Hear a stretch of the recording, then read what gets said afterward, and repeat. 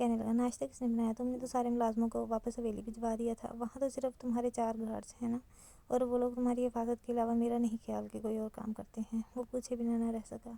بیگم صاحبہ بنا رہی ہیں، ان کے ہاتھ کا ناشتہ کرنے جا رہا ہوں۔ کیا تم نے آشیش سے ناشتہ بنوایا؟ ابھی دادا جان کو بتاتا ہوں، پھر دیکھتا ہوں تمہاری اکڑ کیسے نکلتی ہے۔ ملازموں کو واپس بھیجو، اگر تم اس معصوم سے کام کروا رہے ہو۔ ابھی تمہارے پاس آئے ہوئے اسے 24 گھنٹے بھی نہیں ہوئے، اور تم بیوی ہے میری، اور میرے سارے کام وہی کرے گی، اور باقی تم بھی اپنے فیصلے پر ایک بار غور کر لو۔ مجھے کوئی اعتراض نہیں، لیکن دادا جان نے زمین میں اپنے 5 پوتوں میں سے کسی کے لیے بھی کبھی سرچے کا نام نہیں آئے گا۔ فضول کی امید مت لگاؤ۔ اللہ حافظ۔ وہ اپنی بات کہتا فون رکھ چکا تھا، جبکہ اس کی کچھ حد تک بات بالکل صحیح تھی، مگر کیا کرتا، وہ محبت کے سامنے گھٹنے ٹیک چکا تھا۔ کل تک وہ اس سے سخت خفا تھا، یہاں تک کہ اس کی شکل دیکھنے کا بھی روادار نہیں تھا، لیکن صبح ہوتے ہی دل اس کے دیدار کے لیے مچلنے لگا تھا۔ اسے سمجھ نہیں آ رہا تھا کہ اب تک وہ اس کا ناشتہ لے کر کیوں نہیں آئی تھی۔ اب تک تو اسے آ جانا چاہیے تھا، کہیں آج پھر چھٹی تو نہیں کر لی۔ وہ اپنی سوچوں میں گم تھا جب اچانک دروازے پر ہلکی سی دستک ہوئی، اور وہ جو اس کے قدموں میں آہٹ تک پہچان جاتا تھا، اس کے انابی لبوں پر خوبصورت مسکراہٹ آئی تھی۔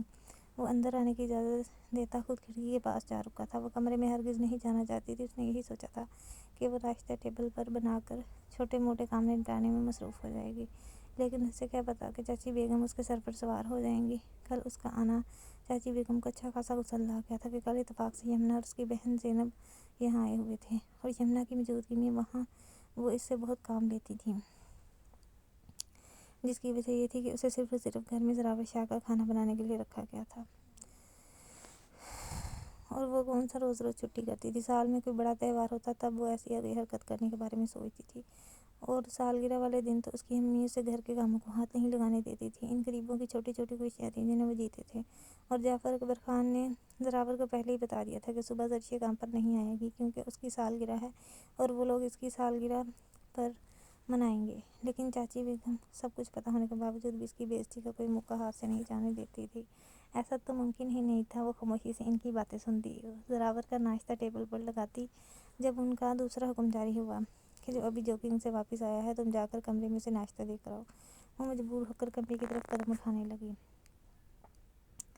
دروازے کی طرف سلام دیے بنا ہی ٹیبل پر ناشتہ لگاتی تیزی سے کمرے کے نکلنے کے بارے میں سوچ رہی تھی کہ جبکہ کھڑکی کی طرف منہ لیے کھڑا تھا، اسے کچھ بھی نہیں بولا۔ پتہ نہیں وہ جانتا تھا یا نہیں کہ اس کا دیا ہوا ڈریس عنایا کے حوالے کر دیا ہے۔ کل تو سارا دن اسے پتہ ہی نہیں چلا ہوگا حویلی میں کیا ہوا اور کیا نہیں، لیکن عنایا نے بتایا تھا کہ وہ ڈریس کے لیے زراور کا شکریہ ادا کر کے آئی ہے۔ یہی وجہ تھی کہ اسے زراور کی طرف سے غصے کی امید تھی، لیکن وہ بالکل خاموش تھا۔ خاموشی سے گھبراتے ہوئے وہ جلد سے جلد اپنا کام کر کے اس کمرے سے نکل جانا چاہتی تھی، اور پھر ایسا ہی وہ کرتی اگر پیچھے اس کی آواز نہیں آتی، سنو لڑکی، زراور شاہ نے تمہیں اپنے دل کے بہت اونچے تخت پر بٹھایا ہے، مجھے مجبور مت کرو کہ میں کوئی انتہائی قدم اٹھاؤں۔ ہاں، مجھے ان سے چھوٹی چھوٹی باتوں سے کوئی فرق نہیں پڑتا، لیکن ایک بات اچھی طرح اپنے ذہن نشین کر لو، تمہارے معاملے میں میرا دل بہت خود پسند ہے، تمہارے معاملے میں میرا دل کسی کی نہیں سنتا، خود اپنی بھی نہیں۔ بہت اچھا سمجھتی ہے یہ دنیا مجھے، لیکن حقیقت سے میرے خون کے علاوہ اور کوئی نہیں واقف۔ میں تمہیں اتنا کہہ دیتا ہوں کہ اگر تم نے دوبارہ ایسی حرکت کی تو اپنی خیر منانا۔ تم نے وہ ڈریس اٹھا کر عنایا کو نہیں دی، زراور شاہ کے جذبات اٹھا کر دیے ہیں، اور میں اپنے جذبات کا سودا کرنے والوں کو معاف نہیں کرتا۔ تم یہ مت سمجھنا کہ میں تمہاری غلطی کو معاف کر دوں گا۔ میں تمہاری اس غلطی کو نہ آج معاف کروں گا نہ 20 سال گزر جانے کے بعد۔ تمہیں اس غلطی کی سزا ضرور ملے گی، لیکن صحیح وقت آنے پر۔ اس لیے بہتر ہے کہ مزید کوئی غلطی نہ کرو، کیونکہ میری سزاؤں کو سہنا تم جیسی نازک جان کے لیے کسی عذاب سے کم نہیں ہوگا۔ اب جا سکتی ہو تم۔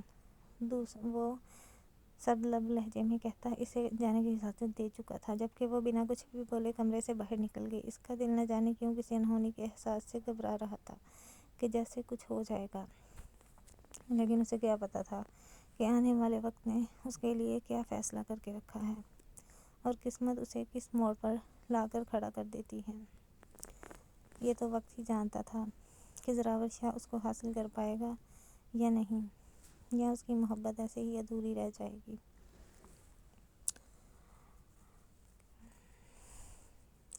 اس نے ابھی آگے سے کرا کر جواب دیا تھا، ایک تو تم زبان درازی بہت کرتی ہو۔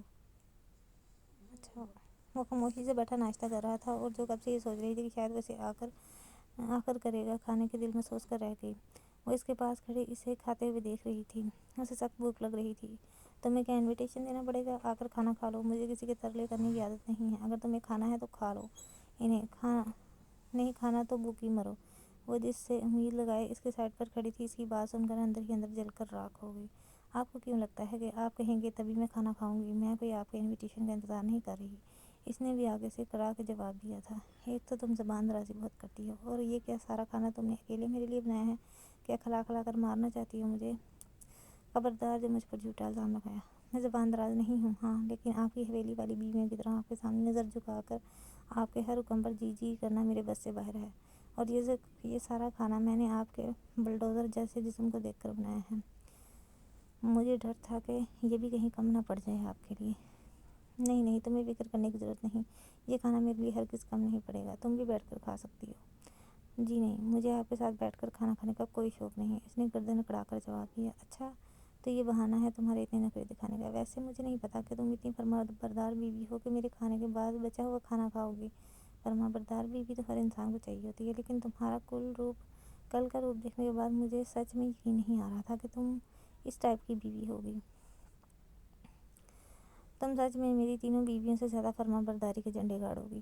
تمہارا تو لیول ہی الگ ہے۔ وہ اس کی بات کا مطلب اپنے انداز میں نکالتے سے زج کرنے لگا۔ جی نہیں، میں اتنی بھی کوئی اولڈ فیشن گنوار قسم کی لڑکی نہیں ہوں کہ شوہر کے کھانے کے بعد اس کا جوٹھا بیٹھ کر کھاؤں گی۔ مجھے بیویوں کے حقوق بہت اچھی طرح سے پتہ ہے، لیکن بات یہاں یہ ہے کہ اگر میں ہمارے درمیان رشتے کو تسلیم ہی نہیں کرتی تو میں آپ کے ساتھ بیٹھ کر کھانا کیوں کھاؤں؟ آپ کے ساتھ میرا ایک ایک لمحہ کسی اذیت سے کم نہیں ہے۔ یہ مت سوچیے گا کہ میں آپ کو کبھی معاف کر سکتی ہوں۔ آپ میرے ماں باپ کے قاتل ہیں، آپ نے میری آنکھوں کے سامنے میرے اپنوں کا قتل کیا ہے، میں آپ کو کبھی معاف نہیں کروں گی۔ وہ جو فی الحال اس ٹاپک پر بالکل بھی بات نہیں کرنا چاہتی تھی۔ تم سے معافی مانگ کون رہا ہے لڑکی؟ اور تم یہ غلط فہمی کیوں ہے کہ میں تم سے کبھی معافی مانگوں گا؟ میں سید مکرش شاہ ہوں اور میں کبھی کوئی غلطی نہیں کرتا۔ معاف کیجیے گا سید مکرش شاہ صاحب، آپ نے غلطی نہیں قتل کیا ہے، اور قتل گناہ میں شامل ہوتا ہے۔ وہ چلا کر اس کی بات کاٹتے ہوئے بولی تھی۔ آواز نیچی، عورت ذات کی اتنی اونچی آواز ہماری نسلوں میں کسی نے برداشت نہیں کی۔ تو پھر برداشت کرنے کی عادت ڈال لیجیے۔ وہ اس کے انداز سے ڈری نہیں تھی، بلکہ بہت ہمت سے اس نے جواب دیا تھا۔ مجھے آپ سے ڈر نہیں لگتا، مجھے ڈرانے کی کوشش بھی مت کیجیے گا۔ آپ میرے ساتھ جتنا برا کر سکتے تھے نا، کر چکے ہیں۔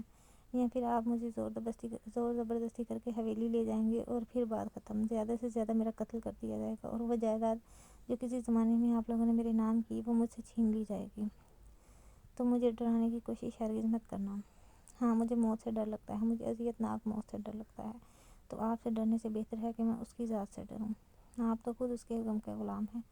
ایک رات میں اتنی ہمت کیسے آ گئی تھی اس میں؟ وہ کل رات تو اس کے سامنے کانپ رہی تھی، ایک ہی رات میں اس کا لب و لہجہ کیسے بدل گیا؟ وہ سوچ کر رہ گیا، جبکہ وہ بنا کچھ بولے اندر کمرے کی طرف چلی گئی۔ ناشتہ کرنے کے بعد وہ کمرے میں جانے کے بجائے باہر آ گیا تھا، جہاں اس کے دوست اس کے منتظر تھے۔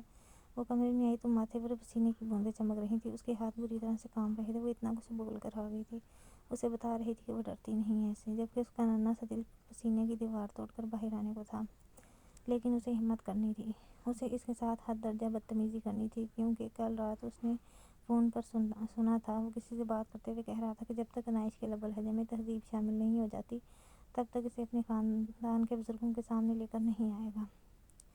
اور یوں لے کر جانا تو سید مکرش شاہ کی توہین تھی کہ وہ اپنی بیوی کی لگام کھینچ نہیں پایا۔ اس کی بیوی بدلحاظ اور بدتمیز ہے۔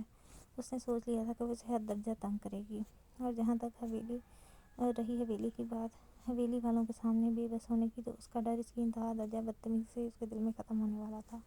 یہ تھوڑا مشکل تھا، کیونکہ وہ بھی کسی زمانے میں بدتمیز نہیں رہی تھی۔ اس کے ذہن میں یہ بات محفوظ ہو جائے۔ وہ جانتی تھی کہ اس آدمی کو اس میں کوئی انٹرسٹ نہیں ہے، بس اب اسے ہمت نہیں ہارنی تھی اور نہ ہی پیچھے ہٹنا تھا۔ اس نے ہمت کرنی تھی اور اپنے آپ کو اس جہنم سے نکالنا تھا۔ اسی شخص کے ساتھ رہتے ہوئے فیضان ملک کے بارے میں پتہ کرنا تھا کہ وہ جلد سے جلد اس تک پہنچ سکے۔ اس کی ماں نے اسے بتایا تھا کہ وہی اس کا اصل محافظ ہے، وہی اس کا مسیحا ہے، اور اسے اپنے محافظ، اپنے مسیحا کے پاس خود ہی پہنچنا تھا۔ ہو سکتا تھا کہ وہ اسے تلاش کر رہا ہو۔ وہ آئینے کے سامنے کھڑے اپنے پلان کو ترتیب دے رہی تھی۔ اس نے سوچ لیا تھا کہ مکرش شاہ کے سامنے ہارے گی ہرگز نہیں۔ وہ اسے بتائے گی کہ چاہے وہ کچھ بھی کیوں نہ کر لے، وہ اس سے نہیں ڈرے گی۔ یہ بات الگ تھی کہ اس کے سامنے اپنے لہجے کی کپکپاہٹ، بدن کی لرزش پر کنٹرول کرنا انتہائی مشکل کام تھا۔ اپنی لرزش کو کنٹرول کرنے کے بعد وہ ایک گہرا سانس لے کر کمرے میں آئی تھی۔ ارے میرا بچہ، میری جان، میں بتا تو رہا ہوں میں آ جاؤں گا، پلیز اب مجھے تنگ مت کرو، ایسے ناراض نہیں ہوتے ہیں گڑیا۔ وہ شیروں کو چور نگاہ سے دیکھتی کچن کی طرف جا رہی تھی جب اس کے قدم اس کی آواز پر رک گئے۔ اتنا شرین لہجہ، وہ کس سے فون پر بات کر رہا تھا؟ ورنہ اتنے پیار سے تو اب تک اس نے کسی سے بات نہیں کی۔ اوکے بابا، میں وعدہ کرتا ہوں میں کچھ دن میں چکر لگاؤں گا، لیکن تم سے وعدہ کرتا ہوں کہ کیسے بھی تم سے ملاقات کرنے کا طریقہ نکالوں گا۔ گڑیا اب ضد نہیں میرا بچہ، وہ پیار سے پچکار رہا تھا۔ اچھا بابا، چاکلیٹ کا پورا ڈبہ لے کر آ جاؤں گا، اور اس کی صرف 3 بیویاں نہیں بلکہ بچے بھی ہیں۔ اوکے میرا بچہ، اب مجھے جانا ہے، سو فون رکھو دو۔ ہاں ہاں گڑیا، میں ایک سینڈ کر دیتا ہوں۔ وہ کھل کر ہنسا۔ ہو گئی جاسوسی تو اب چلی جاؤ کچن میں، جا کر کچھ کھا لو۔ وہ اس کا رخ پہلے ہی کچن کی جانب دیکھ چکا تھا۔ اور ہیلو، مجھے کوئی شوق نہیں آپ کی جاسوسی کرنے کا، میں تو دیکھ رہی تھی جتنا پیار آپ اپنی بیٹی سے جتا رہے تھے، اسے دیکھ تو کوئی بھی آپ کو ایک بہت ہی نیک والد سمجھے گا، لیکن کسی دوسرے کی بیٹی کو یتیم کرتے ہوئے آپ کو ذرا رحم نہ آیا؟ کیا آپ جانتے ہیں کہ آپ کو ہر چیز کا حساب دینا پڑے گا؟ کیوں زمینی خدا بنے ہوئے ہیں آپ کی اپنی بیٹی کے لیے عزیز ہے اور کسی دوسرے کو یتیم کرتے ہوئے ایک لمحے کو نہ سوچا؟ میں نے کچھ غلط نہیں کیا، تمہیں پہلے بھی بتا چکا ہوں۔ میں نے جس انسان کو مارا ہے وہ جینے کے قابل نہیں تھا، اور اگر تم نے میری بیٹی کی بات سن ہی لی ہے تو یہاں آؤ کہ وہ تمہاری تصویر مانگ رہی ہے اور اسے اپنی بڑی ماما کی تصویر دیکھنی ہے۔ وہ اس کی بات کو سرے سے نظر انداز کرتا اپنے اسمارٹ فون میں اس کی تصویر بنانے لگا۔ دیکھو جعفر، ہم جانتے ہیں کہ ہم سے غلطیاں ہوئی ہیں، لیکن ماضی میں ہوئی غلطیوں کو کیوں دہرانا؟ ہم تم سے وعدہ کرتے ہیں کہ ہم زرشے کو بہت خوش رکھیں گے۔ تم ایک بار اپنی بیٹی سے پوچھ لو تو اس طرح سے اچانک انکار کرنا ہم لوگوں کے رشتے پر بھی برا اثر ڈال سکتا ہے۔ یہ ہمارے تعلقات کے لیے بالکل بھی بہتر نہیں ہے۔ میرا بیٹا ماشاءاللہ سے اپنی دکان چلاتا ہے، اچھا کاروبار چل رہا ہے اس کا، یہ تم اچانک انکار نہیں کر سکتے۔ جعفر اکبر خان نے اپنے بھائی کو رشتے کے لیے انکار کیا تھا کہ 3 دن کے بعد کوئٹہ سے کراچی کا لمبا سفر طے کر کے ان سے ملنے کی خاطر یہاں آ پہنچے۔ اصل میں وہ رشتہ ہر قیمت پر اصل میں ہم فی الحال اس کا رشتہ کرنا ہی نہیں چاہتے۔ جب تک وہ اپنی پڑھائی لکھائی مکمل نہ کر لے تب تک ہم اس کا رشتہ نہیں کرنا چاہتے، اور ماشاءاللہ سے اب تو احمد کی عمر 32 سے اوپر جا رہی ہے، تو بہتر ہے آپ اس کے لیے مناسب رشتہ ڈھونڈیں۔ ہم نہیں چاہتے کہ وہ ہماری بیٹی کے انتظار میں بیٹھے۔ جب تک زرشے کی تعلیم مکمل ہونی ہے تب تک نہ جانے کتنا وقت گزر جائے گا۔ زرشے نے تو ابھی 19واں سال میں قدم رکھا ہے، دونوں کی عمر میں بھی بہت واضح فرق ہے۔ جعفر اکبر خان ایک جواز پیش کر رہے تھے، جو اس بات کی طرف اشارہ کر رہا تھا کہ وہ کسی بھی قیمت پر یہ رشتہ چاہتے ہیں۔ ان کی بابی صاحبہ تو اپنے بیٹے کے خلاف ایک لفظ برداشت نہیں کر سکتی تھیں۔ دیکھو جعفر، آدمی کی عمر کوئی نہیں دیکھتا، مرد ہمیشہ جوان ہی رہتا ہے، اور جہاں تک بات ہے زرشے کی عمر کی تو یہ مناسب وقت ہے اس کے نکاح کا۔ ہم کون سا ابھی رخصتی چاہتے ہیں، ہم صرف نکاح چاہتے ہیں۔ تم اس رشتے کے لیے حامی بھرو، وہ ہمارے اس رشتے مضبوط ہوں گے۔ اور میں انکار کر چکا ہوں بھائی صاحب، اب بیٹی کا معاملہ ہے، کوئی زبردستی تو نہیں ہے، جیسے وہ بات ختم کرنا چاہتے تھے۔ السلام علیکم تایا ابو، کیسے ہیں آپ لوگ یوں اچانک آپ لوگوں کا آنا کیسے ہوا؟ ان دونوں سے ملتے ہوئے کہنے لگی۔ وہ تائی جو ہمیشہ اسے دیکھ کر چہرہ پھیر لیتی تھی، آج اس کے استقبال میں کھڑی ہو چکی تھی۔ ہم ایک بہت اہم مقصد کے لیے آئے تھے زرشے بیٹی، لیکن تمہارے ابو ہمارے برسوں کے چھوڑے رشتوں کو خراب کر رہے ہیں، وہ اپنے بھائی سے کہتے ہوئے باہر کی راہ لے چکے تھے، جبکہ ان کے جانے کے بعد وہ کتنی ہی دیر انہیں دیکھتی رہی، نہ جانے کون سی بات کر رہے تھے اور کس چیز کا ذکر کر رہے تھے۔ ان لوگوں کے کھانے کے فوراً بعد اس کی ماں نے اسے ساری بات بتا دی تھی۔ پہلے تو ان کی بات سن کر وہ حیران رہ گئی کہ اتنی بے عزتی کے بعد بھی وہ اپنی بات پر قائم تھے۔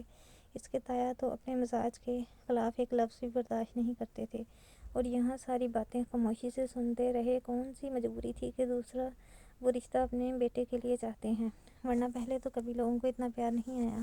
بابا نے کہہ دیا تھا کہ وہ کسی قیمت پر یہ رشتہ نہیں دیں گے، تو وہ بھی مزید ان سے بحث کیے بنا اپنے کمرے میں آ گئی تھی۔ کمرے میں یہ رشتہ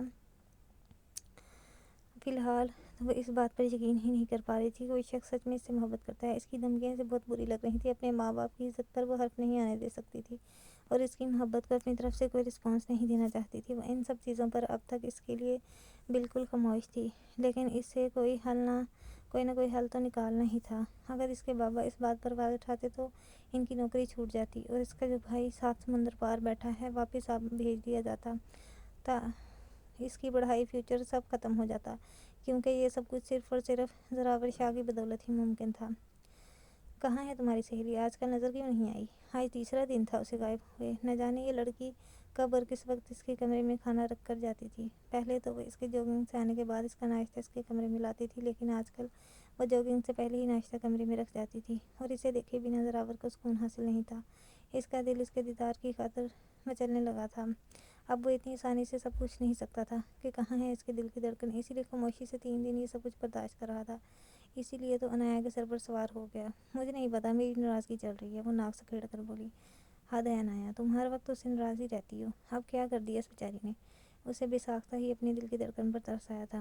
میرا نہیں، اس کا قصور ہے، اور آپ مجھے کیوں ڈانٹ رہے ہیں؟ ساری غلطی بھی اس کی، اور آپ بھی مجھ پر غصہ ہو رہے ہیں۔ میں نے اسے بولا صبح میرے ساتھ ٹیلر کی دکان تک چلیں، اتنے نخرے کیے اس نے، میرے ساتھ نہیں گئی، اس کی وجہ سے میں بھی نہیں گئی، اور اب آپ مجھ پہ چلا رہے ہیں۔ اس نے فوراً وجہ بتائی۔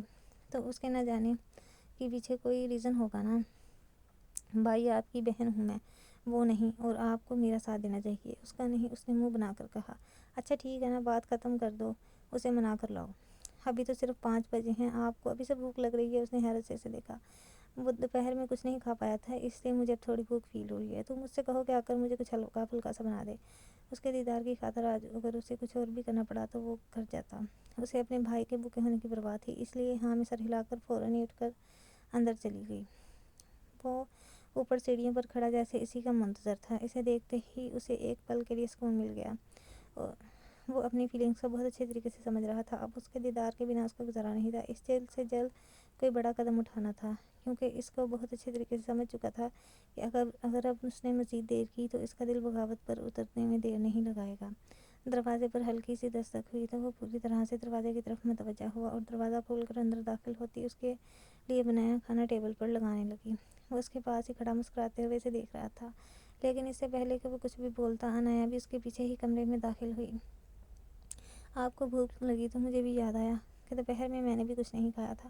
اس پر غصہ ہونے کی وجہ سے تو میں اتنے مزے کی ڈش بنائی ہے، تو میں بھی حاضر ہوں گی، چلے مل کر کھاتے ہیں۔ وہ صوفے پر بیٹھتے ہوئے اس کے اور اپنے لیے کھانا لگانے لگی۔ زراور مسکراتا ہوا اس کے پاس آ کر بیٹھا۔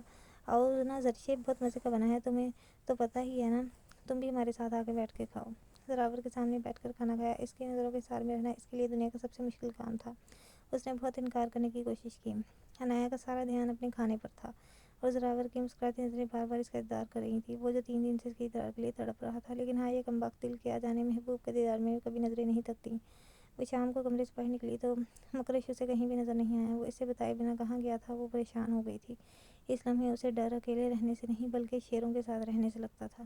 اس نے ایک نظر کھڑکی سے باہر دیکھا، دونوں شیر گھر کے اندر بندھے ہوئے تھے، یعنی کہ وہ انہیں آزاد چھوڑ کر نہیں گیا تھا۔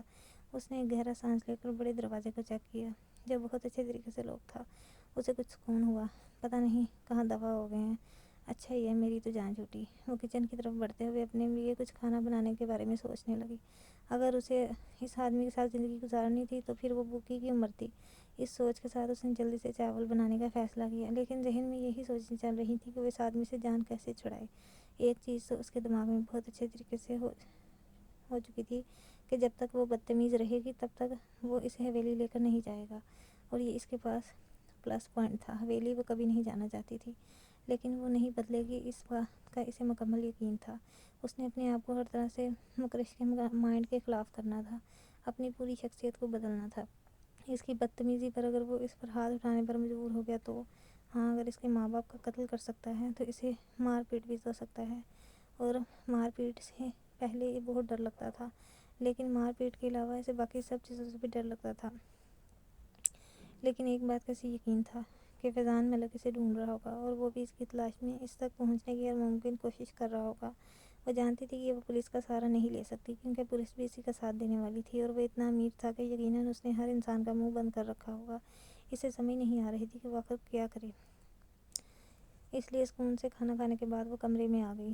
اس کا ارادہ نیند لینے کا تھا۔ یہاں آ کر وہ اپنی لائف روٹین سے بالکل ہٹ چکی تھی، عجیب زندگی ہو چکی تھی۔ اس آدمی کو اس کی کوئی پرواہ نہ تھی، وہ جیسے باہر سے اسے اپنی سرگرمیوں سے ہی فرصت نہیں تھی، لیکن اس کی پرواہ تو اس کو بھی نہیں تھی۔ وہ اپنا کھانا کھا کر آرام سے سو گئی۔ وہ کب آیا اسے خبر بھی نہ ہوئی، اور پھر ایسا ہی ہوتا ہر بار، اپنی مصروفیات میں مصروف ہو گیا، جبکہ عنائش گھر پر رہتی۔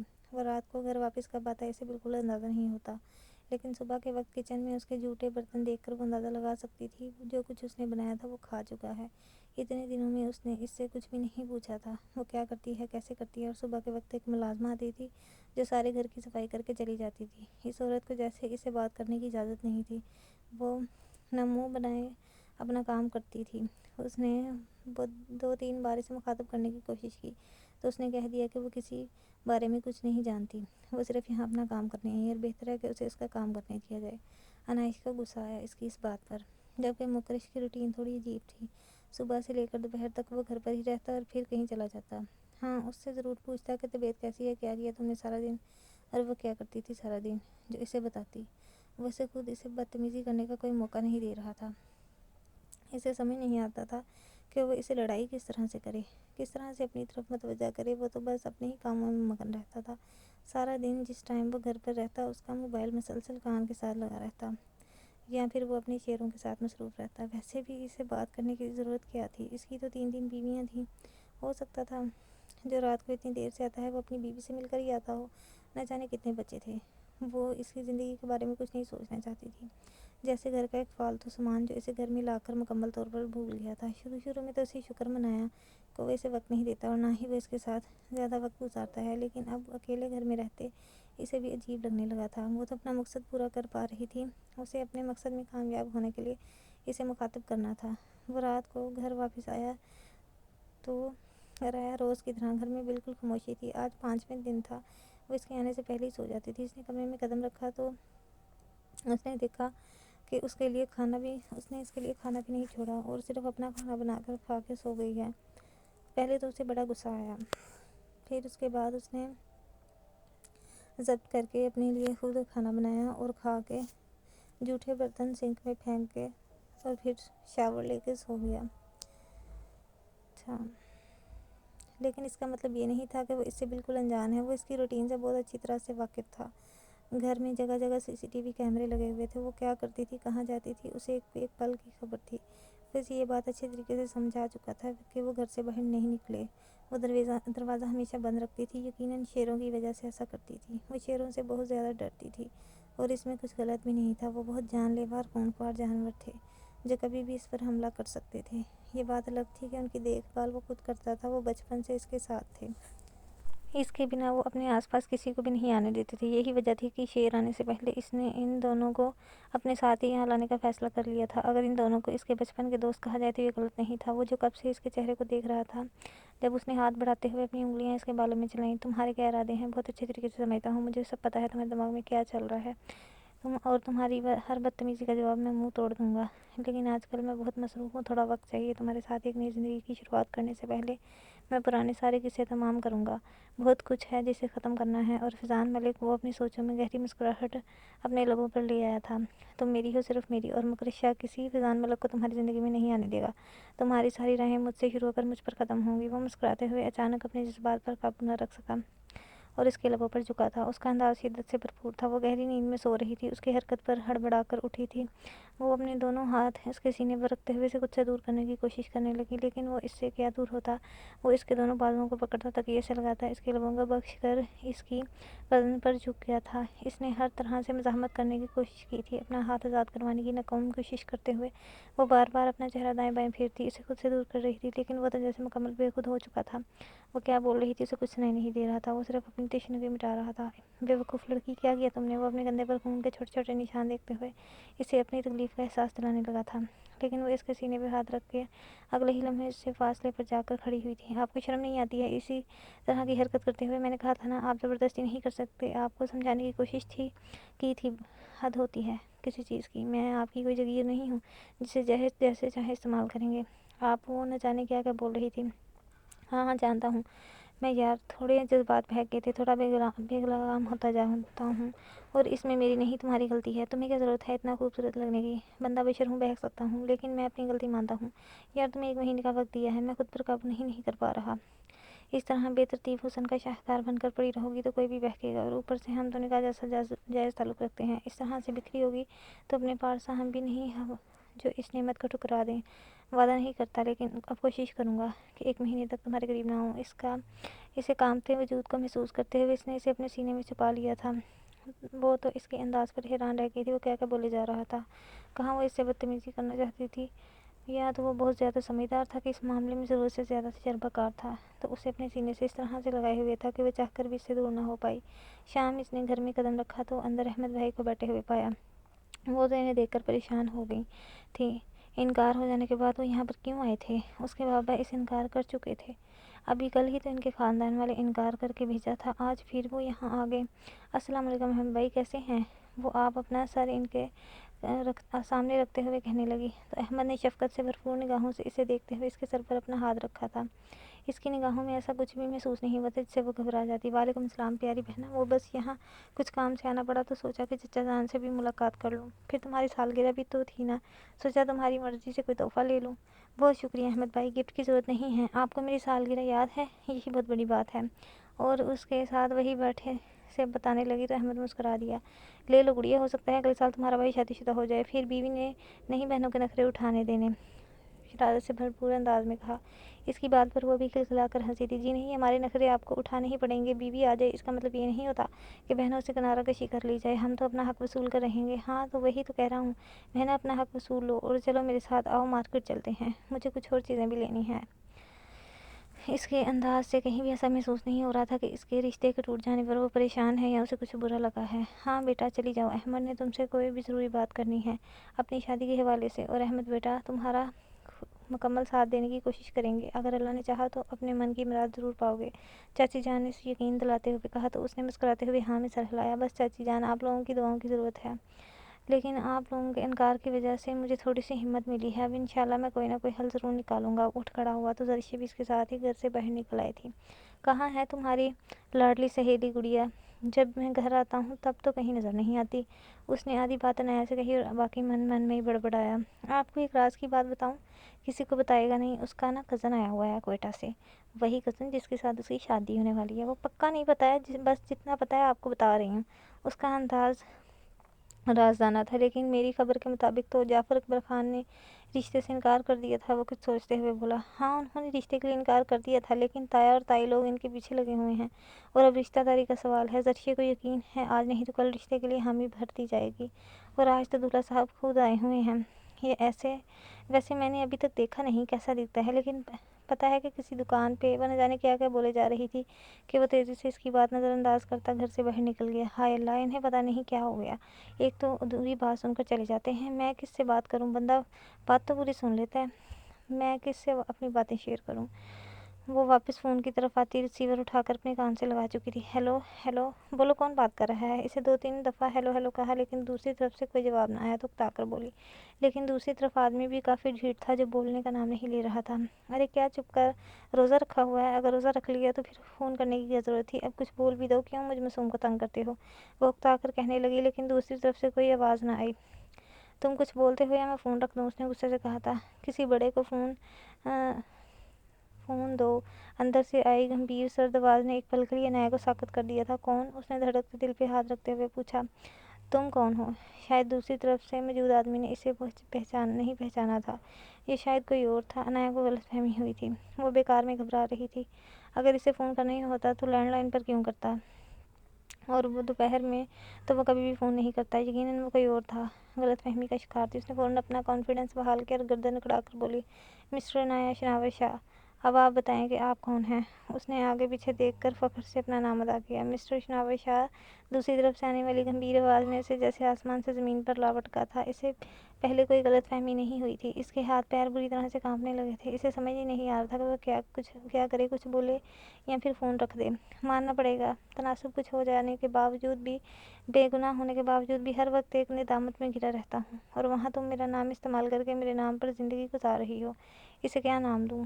مسٹر عنایہ شناور شاہ، کب سے اپنی ذات کو میرے نام کے ساتھ متعارف کروا رہی ہو، جیسے اس نے اپنے نام کا حساب مانگ رہا تھا؟ جب سے مجھے یہ نام دیا گیا ہے، اور مجھے یہ نام دینے والا کوئی اور نہیں آپ تھے، مجھے یہ نام استعمال کرنے کے لیے آپ نے ہی دیا ہوا ہے، اور جب سے یہ میرے نام کے ساتھ آیا ہے تب سے میں اس پر پورا حق رکھتی ہوں۔ نہ جانے کیسے اس کی زبان سے یہ الفاظ ادا ہوئے تھے۔ کمرے میں آتے ہی اس نے دروازہ بند کرتے ہوئے دروازے کے ساتھ ٹیک لگائی اور گہرے گہرے سانس لیے، پھر وہیں دروازے کے ساتھ ہی بیٹھ گئی۔ کیا اسے ایسا نہیں بولنا چاہیے تھا؟ غلط کیسے تھا؟ اس نے جو کہا تھا بالکل صحیح کہا تھا۔ اس نے خود اسے اپنے نکاح میں لیا تھا، اس سے شادی کی تھی، سارے خاندان میں برادری کے سامنے اپنا نام دیا تھا، تو پھر غلط کیسے ہوئی؟ وہ نہ آج غلط تھی اور نہ ہی پہلے کبھی غلط تھی۔ ہاں، نادانی میں اس سے بھول ہوئی تھی، جس کی سزا دینے کے بجائے وہ اسے ساری عمر کے لیے سولی پر ٹانگ کر چلا گیا۔ وہ تو اسی کی دی ہوئی سزا کاٹ رہی تھی، تو اس میں کیا غلط؟ کچھ بھی نہیں تھا۔ وہ غصے سے حویلی سے نکلتا اپنی گاڑی کی طرف بڑھ رہا تھا، جب اس کی نظر زرشے کے ساتھ اس آدمی پر پڑی۔ وہ مسکراتے ہوئے اپنے بائیک پر بیٹھا اور زرشے کو پیچھے بیٹھنے کا اشارہ کیا۔ زرشے بنا کچھ بھی بولے خاموشی سے اپنی چادر سنبھالتی اس کے پیچھے بیٹھنے لگی۔ اس وقت سید زراور شاہ کی نگاہوں سے شرارے پھوٹنے لگے تھے، اس کے آگے پیچھے جیسے دھماکے ہونے لگے تھے۔ تو یہ تھا وہ آدمی جس کا رقیب بنا بیٹھا تھا، یہ تھا وہ آدمی جس کے دل کی دنیا کو آگ لگانا چاہتا تھا۔ سرکار حکم۔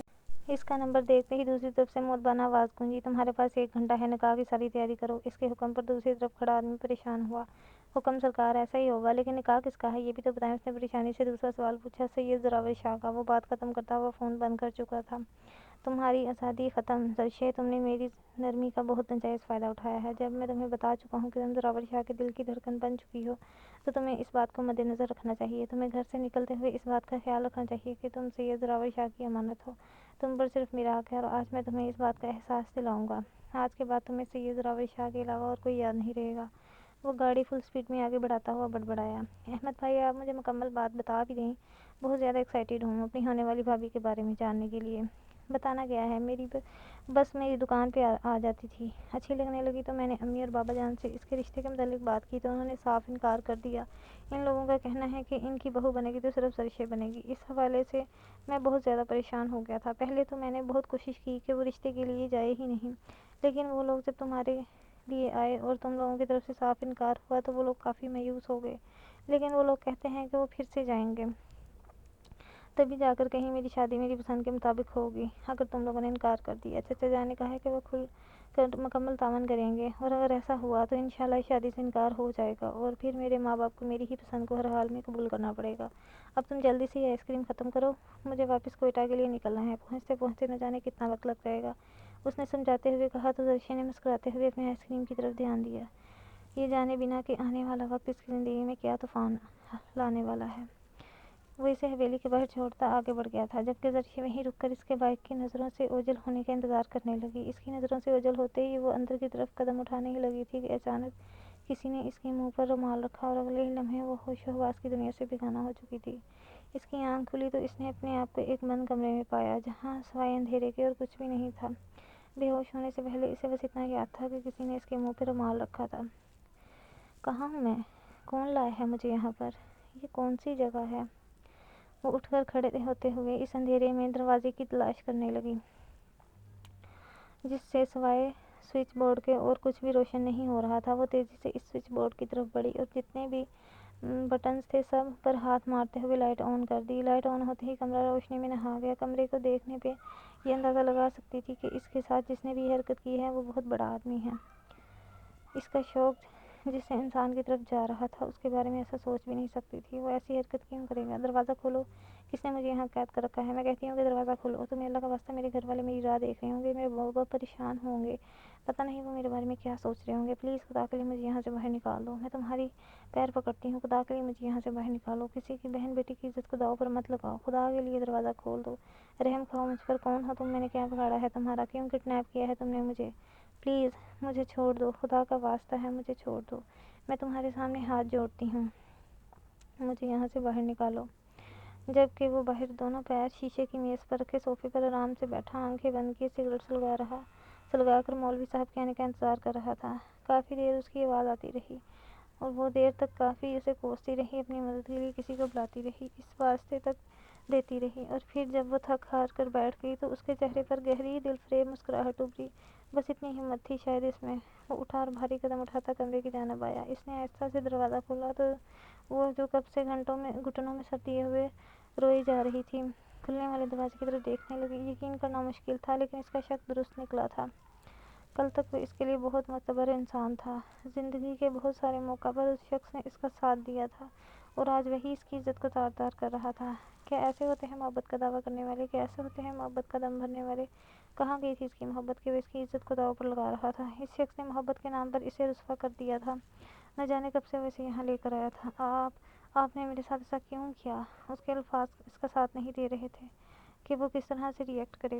کاش وہ اس کو پہلے سمجھ جاتی تو آج یہ سب کچھ نہیں دیکھنا پڑتا۔ کیوں کیا آپ نے میرے ساتھ ایسا؟ آپ کو شرم نہیں آئی؟ آپ میرے ساتھ ایسا کر سکتے ہیں؟ ہم غریبوں کے پاس سوائے عزت کے اور ہوتا ہی کیا ہے جو آپ وہ بھی ہم سے چھین لینا چاہتے ہیں؟ آپ ہوں گے امیر کبیر انسان، لیکن ہم غریبوں کے پاس سوائے ہماری عزت کے اور کچھ نہیں ہوتا۔ پلیز مجھے یہاں سے جانے دیں، اس سے پہلے کہ کچھ برا ہو جائے۔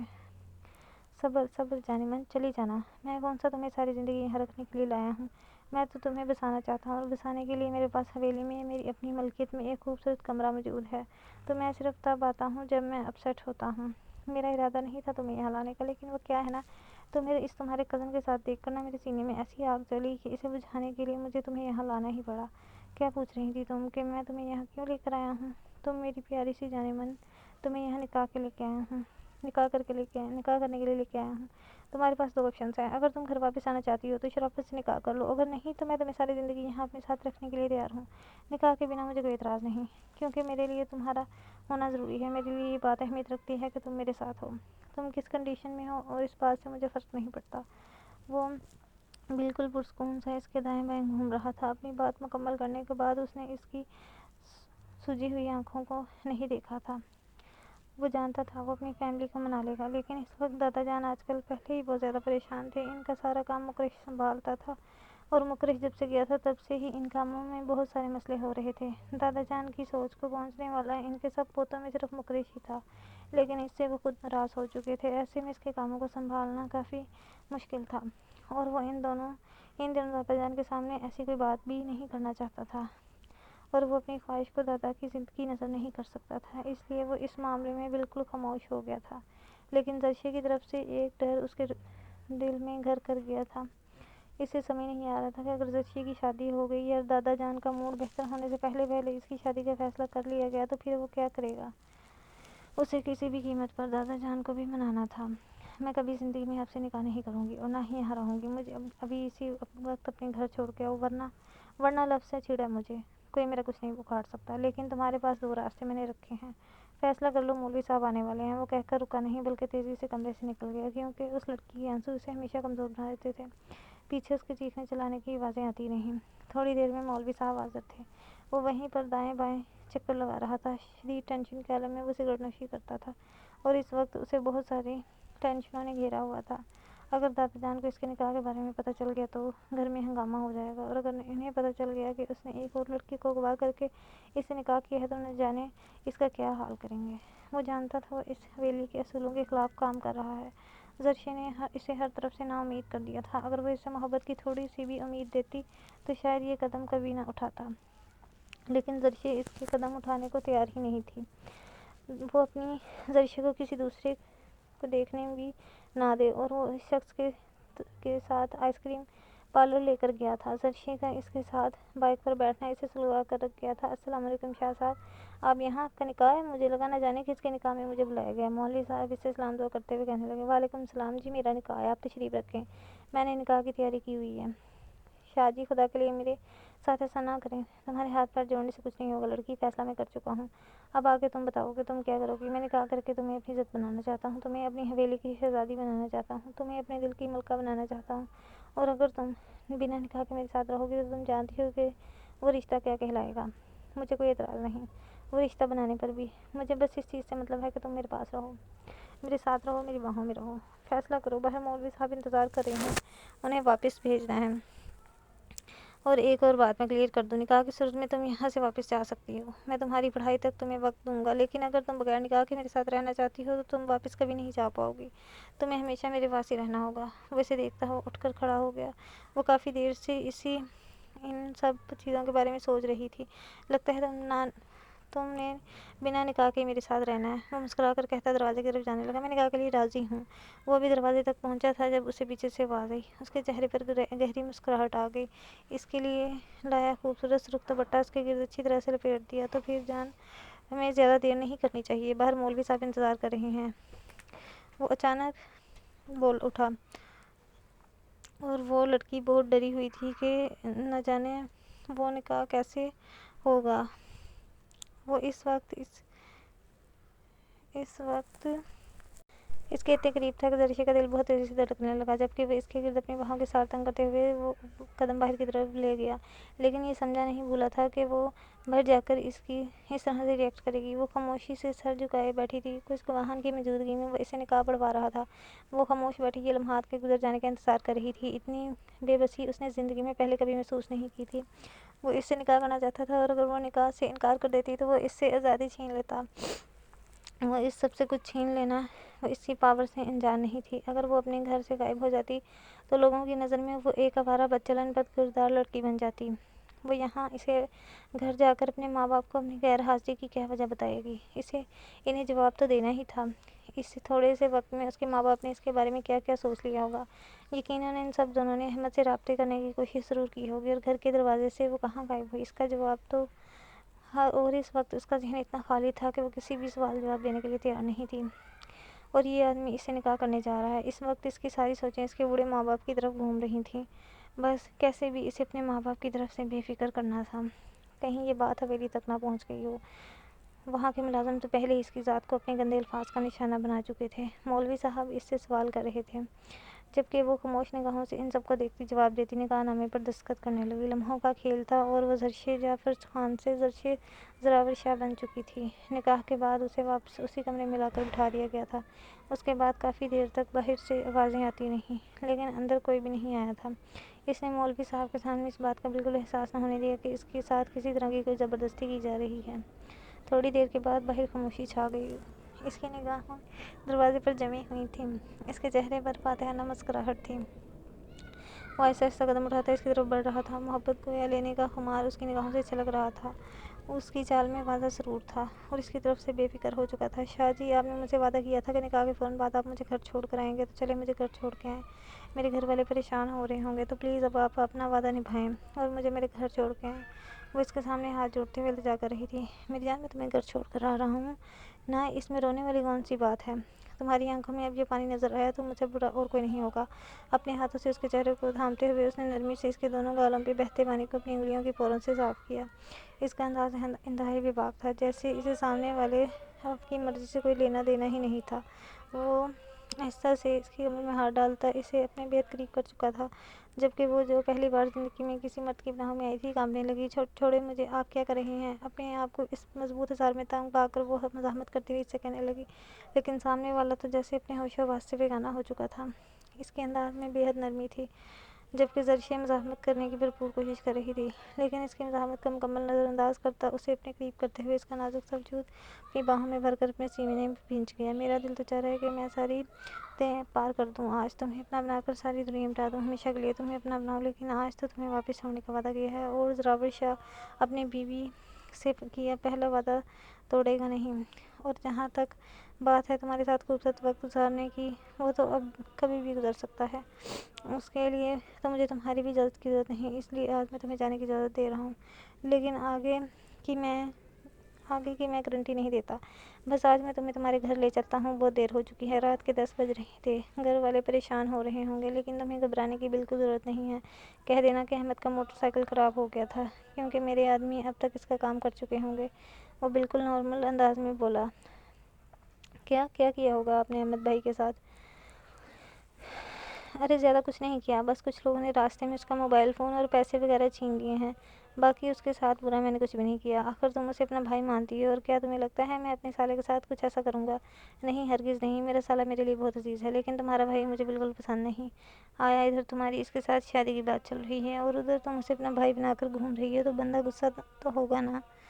اب مجھے برا تو لگے گا نا اس بات کو سوچ کر، اور ادھر میری حالت خراب ہو رہی ہے یہ سوچ کر کہ میں تمہاری شادی کس طرح سے تڑواؤں۔ خیر، اب میں بالکل ریلیکس ہو چکا ہوں، تمہارا بھائی بھی 2-3 گھنٹوں میں کوئٹہ پہنچ جائے گا، اس کا بائک نہیں چھینا۔ اب جب تک وہ اپنی منزل تک پہنچتا ہے، اس سے پہلے تم گھر پہنچ جاؤ گی، تو بالکل بے فکر ہو جاؤ، میں اپنی جان کو کسی طرح کی مصیبت میں ہرگز نہیں ڈالوں گا، جتنی میرے لیے اپنی عزت احمد نہیں عزیز تم بھی ہو۔